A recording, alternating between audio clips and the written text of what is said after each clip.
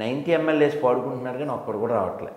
అక్కడికి నేను అందంగా అడిగాను, ఆ సారు పేరు చెప్పండి అయ్యా అని. అలా డేట్ చెప్పండి అయ్యా, అది మీ బైబిల్ అనే పుస్తకంలో ఎక్కడుందో చూపించండి అయ్యా అంటే ప్రామాణికం అది అంటున్నారని. సరే, కమ్ టు ద జోక్. కిస్మిస్ కానుక ఎవరికి? గొర్రెలకి. రంజాన్ తోఫా ఎవరికి? ముస్లిమ్స్కి. బతుకమ్మ చీరలు అందరికీ.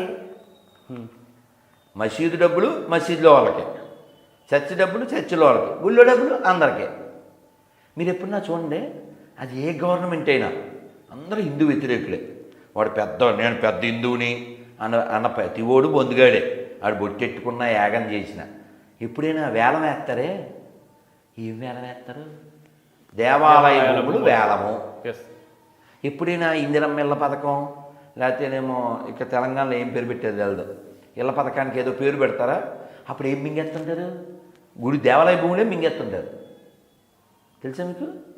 ఆ వక్ఫ్ భూములు, చర్చి భూములు ముట్టలేరు. ఎందుకంటే హరీష్ రావు చెప్పాడు ఏదో వీడియోలో, మేము సిద్దిపేట నియోజకవర్గంలో 498 చర్చిలకి ఇన్ని డబ్బులు ఇచ్చాం.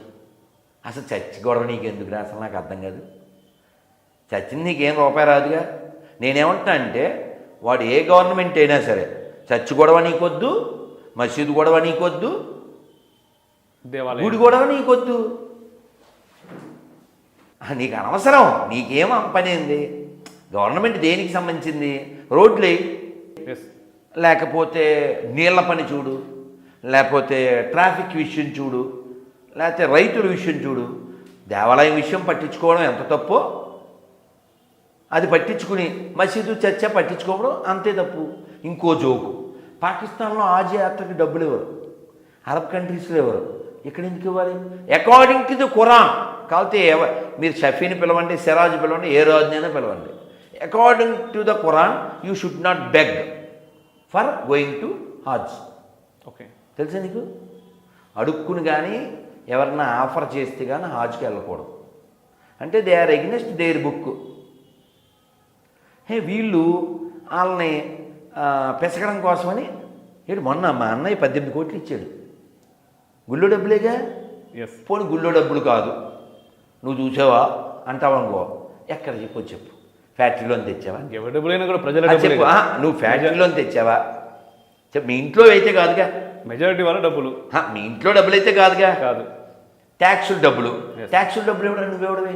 ట్యాక్సుల డబ్బులు దేనికి కట్టారు? ఎవడో యాత్రకు వెళ్ళడానికి కాదుగా. నువ్వు బయటికి వెళ్ళి బావర్చిలో తిన్నావు అనుకో, నాకేం సంబంధం? లేకపోతే నువ్వేదో ఇంకోటి ఏదో తిన్నావు, నాకేందన్నా?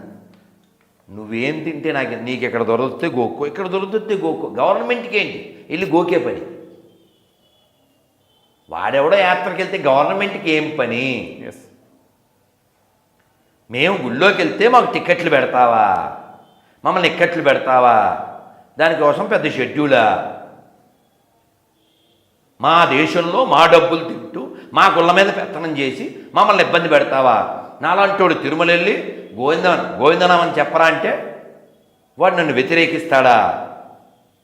పనోడిలా ఉండాలి. గవర్నమెంట్ ఇంగ్లీష్లో ఏమంటారో తెలుసా? Watch dog. కుక్కలా ఉండాలి. కాపలా కోసం పెట్టాం, కరవడానికి కాదు. అది ఏ కుక్క అయినా. Any government is a watch dog, not for పెత్తనం. మళ్ళీ చెప్తున్నా, ఇది చూసి పార్టీ కుక్కలు తిడతాయి చూడండి, కింద కామెంట్లో భలే తిడతాయి. ఎందుకంటే ఈ జోకు ఓ జూమ్ మీటింగ్లో ఈ టీటీడీ విషయమే ఏదో డిస్కషన్ చేస్తున్నాం, 5-6 HMTV ఏదో టీవీలో. ఓకే, నేను మాట్లాడుతూ government suppose to be watch dog అన్నాను. ఆ పార్టీ కుక్కకి ఇంగ్లీష్ రాదు. మన కుక్క అంటావా నువ్వు అని మురిగేశాడు. పాప యాంకరు మిగిలిన వాళ్ళు అతను సముదాయించారు. ఆయన మిమ్మల్ని ఏం కుక్క అనలేదండి, గవర్నమెంట్ మొత్తం కుక్క అంటే ఆ కుక్క ఊరుకోదు. ఏం చేయాలి? సరే, సో ఇది ఒక మేనిఫెస్టోలో ఒక భాగం అయితే తప్ప, అంటే దేవాలయాలకు సంబంధించి ఒక మార్పు రాదు. మేనిఫెస్టోలోకి వెళ్ళాలి అంటే ప్రజల కోరిక తీవ్రంగా ఉండాలి, ప్రజలు దేవాలయం గురించి ఆలోచించాలి. మాకెందుకు? నువ్వు బలివాడు. దేవాలయం ఉంటే దండం పెట్టుకుంటాం. హిందువుల మైండ్ సెట్ని ఎంత దిగజార్చారంటే, నువ్వు కావాలితే పాత సినిమాలు చూడు, హిందీ సినిమాలు కానీ తెలుగు సినిమాలు కానీ, వీళ్ళని చేతికి తాడు కట్టు, మెల్లో ఒక రుద్రాక్షమాల, Yes. ఇక్కడ ఒక బొట్టు. విలన్కి ఆ వేషం వేస్తారా? అది కావాలనేనా హీరో మెల్లో మాత్రం ఎండిపోయిన సేవ. మీకు పాపం అర్థం అవుతుందో లేదో, ఎండిపోయిన సేవ అన్నప్పుడల్లా 2000 సంవత్సరాల క్రితం కుక్కను కొట్టినట్టు కొట్టి గాడిద మీద ఊరేగించారు ఒక వ్యక్తిని, అతను రాజద్రోహం కేసు మీద. అతను వీళ్ళు గాడ్ అంటుంటారు. హీజ్ కాల్డ్ ఎండిపోయిన శవం, దే కాల్డ్ యేసు. సో వీళ్ళు ప్రమోట్ చేయడం చూడండి. మన కోసం చచ్చింది ఎవడు? ఒక అల్లూరి సీతారామరాజు, ఒక భగత్ సింగ్, ఓ ఉద్దమ్ సింగ్, వాళ్ళు రక్తం కార్చారు. నా కోసం అయితే వాళ్ళే రక్తం కార్చారు. అది హీరోలాగా. ఆజాద్ చంద్రశేఖర్ ఎలా చచ్చిపోయాడండి? ఒక బుల్లెట్ దాచుకుని మా హమ్కో క్షమా కరో అని చచ్చిపోయాడు. అలా చచ్చిపోయినోడు వీరుడు.